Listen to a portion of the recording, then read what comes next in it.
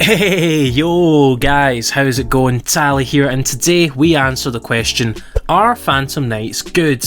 We're going to talk the highs of the deck, the lows of the deck, and discuss what it needs to be a true tier 1 threat. Now make sure to comment your thoughts down below, sub to join Team Tally, watch all the way through to help the channel grow, and of course drop a like if you like it. Now much like Heroes, it's a weird question to answer. For a bit of context, Phantom Knights are a graveyard based Xyz focused deck with one of the coolest link monsters ever. Much like Salamangreat, they're a kind of combo control deck with access to some cool traps that also act as monster reborns. So let's explain in a little more depth the strengths, the weaknesses of Phantom Knights. Phantom Knights do have access to a lot of good cards that can break apart your opponent's board, use self-popping effects to make strong Xyz monsters, and unlike our heroic friends from my last discussion, they've got access to some of the most powerful generic Xyz boss monsters in the game. So since I'm talking about monsters, let's talk about them first, and then we'll look at just what Phantom Knights are capable of doing on their end boards. Looking at the core monsters of the Phantom Knight lineup, they do synergise super well. You've got 2 monsters that search from the graveyard, and 2 monsters that dump to the graveyard. Silent Boots is the main searcher for your spells and traps, Ancient Cloak is your main monster searcher, Ragged Gloves can dump a Phantom Knight, allowing you to use their graveyard effect, and Torn Scale, our newest good boy, allows you to discard a card to dump a Phantom Knight card to grave, getting you potentially 2 Phantom Knights in the grave for more effects. Plus it recurs itself, allowing you to keep using it turn after turn.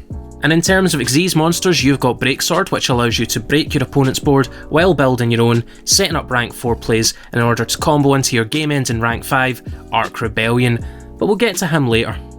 And since I mentioned rank 4s, let's talk about the deck's 2 rank 4s that you can find natively in any Phantom Knight deck. The first rank 4 I'm going to talk about is the one and only Dark Rebellion Xyz Dragon, a classic rank 4 with a very similar effect to Borrow Sword, being able to steal half the attack points of one of your opponent's monsters, but without the double attack. This effect does start a trend in our dragon bosses, and these days Dark Rebellion's effect isn't as quite important, it's more of an enabler for its evolution, Dark Requiem, which we'll get to in a moment.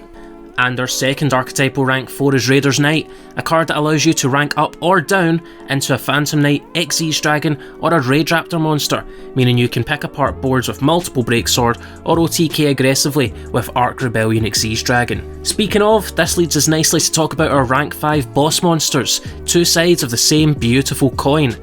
The recently mentioned Arc Rebellion Xyz Dragon is a going second boss monster that manages to take Beat Stick to the next level. Not only does this steal the attack of every monster on the field, but it also has a blanket negate similar to Dark Ruler No More, and you can only attack with this card, but if you're summoning it, you should only need to attack with this card. And our final and my favourite Xyz for this archetype is Dark Requiem Xyz Dragon. Have you ever heard of Appaloosa, Bow the Goddess? Well, this is that, but legitimately better. Its effect to negate monster effects is not only not once per turn, but not once per chain, meaning you can negate multiple monsters in the same chain. It's technically worse than Appaloosa because it's not as generic, but its effect is more powerful in a Phantom Knight deck. Plus, by the way, it looks amazing. And for our final extra deck monster, there is Daddy Bardiche, essentially the card that glues this whole deck together.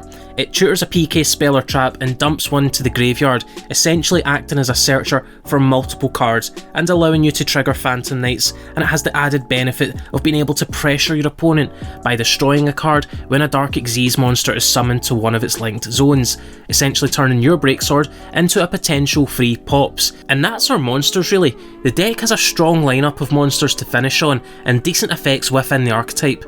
Now let's look at the archetypal back row, then I'm going to start to explain some of the weaknesses of the deck to you. This deck has access to a myriad of different spells and trap cards that are searchable within the archetype. However, the main 2 that see play are Phantom Knight's Fogblade and the new rank up spell. You often see Wing in there as well, but that's not so much an actual card for its on-field effect, but more so for its monster reborn effect, so it's not awful, but not amazing. So to break down our 2 main back row pieces, we have Phantom Knight's Fogblade, and this card allows you to negate a monster effect on field, and it's a continuous effect. It also stops your opponent's monsters from attacking, which can be quite beneficial in a match where you just need one more turn. It also has the benefit of being a monster reborn in the graveyard. This allows for some nifty plays during both your and your opponent's turn, and it also allows for recovery plays as well, meaning that you can pop cards with Bardiche, or you can just set up further on your own turn. And for the final Phantom Knights card I'm going to talk about Phantom Knights Rank Up Magic Force, which allows you to rank up by banishing monsters from your graveyard, which is 101,000,000% better than the previous rank up that was used, as it required a monster with no materials. This card has no such restriction, and its ability to rank up is very achievable any time in the deck, as you are filling your graveyard with dark monsters. Now realistically it is just a gateway into Dark Requiem Xyz Dragon, but that's okay, because as we've said, that card's amazing. And I just want to point one last thing out, it's not so much about the archetype itself, however, they are based around level 3 monsters, which gives the deck incredible synergy with cards like Tour Guide, Cherubini and the small Burning Abyss engine to be able to turbo into Bardiche very easily. And here's a couple end boards that you can easily achieve with this deck based off of 1 or 2 cards. So now that I've broken the deck down and shown it some love, I'm going to summarily point out its biggest flaws and insecurities. First of all, while the deck has a high power ceiling, plays are not always linear or obvious, meaning it's incredibly easy to make mistakes at times. Trust me, during my 100 duels, I made 100 misplays. And without the right setup, you just die to Nibiru. The deck can sometimes play through Nib, but it's not always consistent, and on top of that the deck can sometimes find itself running out of steam, meaning your momentum doesn't carry if you're not managing your resources properly. And finally, without the right extenders, the deck can die to early interruption in particular. Also in the current format, we have Drytron with Vanities, Virtual World with VFD, and they kind of shut this deck down. As well as some of the popular hand traps of this format, they also hurt this deck a lot, so it's not an amazing time for the deck. And I think the thing that truly slows the deck down the most is the back row. Even though it's good, okay, Fogblade is a good card, Rank Up Magic is good, however, Rank Up Magic requires setup, and you may not always have that setup.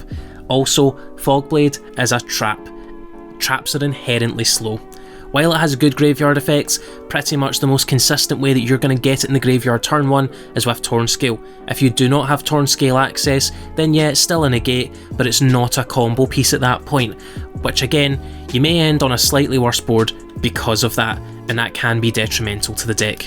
So I feel like the deck lacks a little bit of speed and reactivity going second, or on its own turn. Make Fogblade a quick play spell, and I'll take every single word of that back, Konami. Just make it a quick play spell, like there's no problem with that.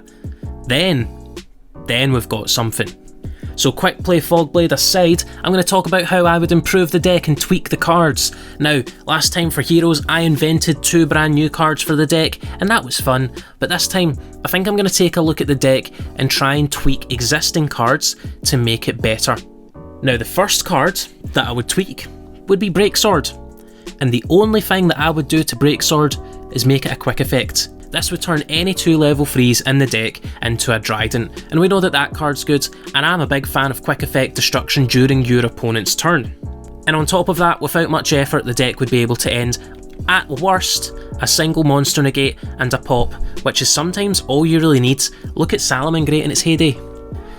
And the second tweak I'd make, Phantom Knights recently got themselves a nice new counter trap in Phantom Rage. This card is actually kinda cool. It negates monster effects using Xyz materials of your Xyz monsters on the field. However, why isn't this an Omni negate? If this was an Omni negate, the strength of this deck would increase astronomically. If I wanted to really break it, I would give it an extra graveyard effect, but really, I just want a searchable Omni negate that requires a dark Xyz monster on field. That balances it out perfectly, and it makes Phantom Knights a much more powerful deck. So let's answer the question, are Phantom Knights good? I'm gonna go with yeah. I really like Phantom Knights, but that doesn't automatically make them good. I think what makes them good is they have access to some really powerful cards, they have access to a lot of extenders, but when I say good, I don't mean amazing. Alright, they are a very powerful rogue deck, but they are missing that unfair edge that would make them a tier 1 contender. However, they have shown to be a competent competitive deck in remote duels and online tournaments. Guys, thank you very much for watching the video, I do appreciate you greatly. If you liked it, give it a like, if you loved it, give it a share, and tell everyone you know about Team Tally today. If you haven't already joined Team Tally and you've made it this far, you might as well subscribe. As always, you have been amazing, I have been Tally, I will catch you all later. Bye. Bye.